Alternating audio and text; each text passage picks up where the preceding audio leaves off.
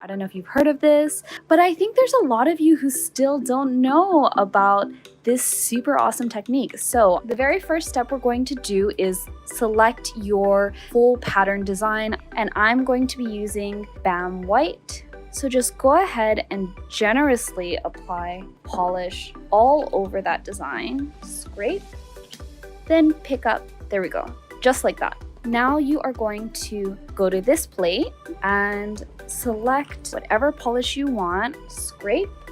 Again, do whatever shape you want, any solid etch shape. But if this happens to you, you just go ahead and take your leftover pieces of the sticky stamper station, then you just go ahead and stamp.